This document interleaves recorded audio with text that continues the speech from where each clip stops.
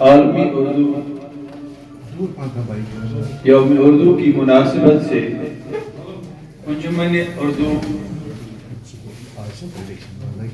صحافت جموں کشمیر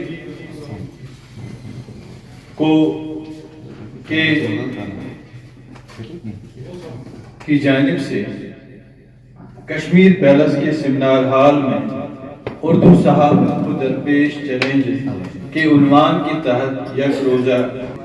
آج یوم اقبال منایا جا رہا ہے۔ علامہ اقبال کی یوم پیدائش بھی ہے،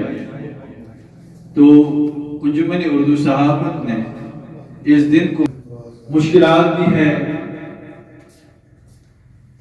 مستقبل ان تمام چیلنجز کو اور ہماری سرگرمیوں کو بھی ہماری حالت کچھ ایسی ہو گئی تھی کہ کیا لطف انجمن کا جب دل ہی بجھ گیا ہو۔ سے پیدا کرنے میں انجمن کے زوماؤں کی کوشش شامل رہی، ساتھ ساتھ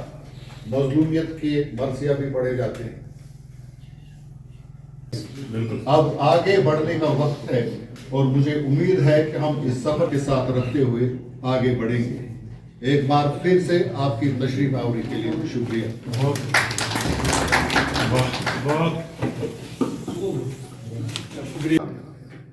یہ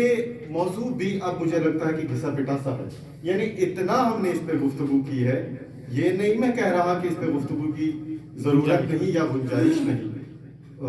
گنجائش تصحیح کی، ترقی کی اور اس پہ گفتگو کرنے کی ہمیشہ ہوتی ہے۔ یعنی یہ اتنا موضوع ایک حد تک میں کہوں گا پامال ہو گیا ہے، ہم شاعری کی زبان میں کہتے ہیں کہ اب صحافت کی جو نوادران ہیں انہیں بھی معلوم ہے کہ مسائل کدھر ہے اور کیا ہے۔ ہمارا مسئلہ مسائل نہیں، حل ہے، اور حل بھی اب واضح ہو چکا ہے۔ ہمارے اساتذہ نے بہت اس پہ بصیرت افروز گفتگو کئی بار کی ہے۔ مثلا چلتے چلتے میں کچھ نکات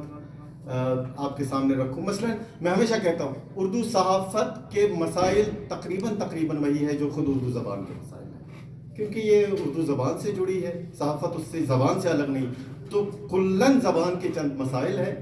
اور ان کا بڑا حصہ اردو صحافت کے مسائل میں شامل ہے۔ ایسے اردو میں بھی ایک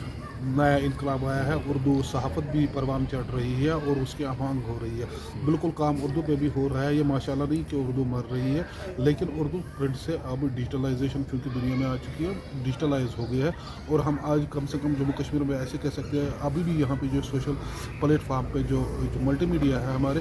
وہ 95% ایسے لوگ ہیں، ایسے چینلیں اور پورٹلس اور ایسے کام کر رہے ہیں صحافت میں جو اردو زبان میں ہی ہو رہی ہے، انگریزی اور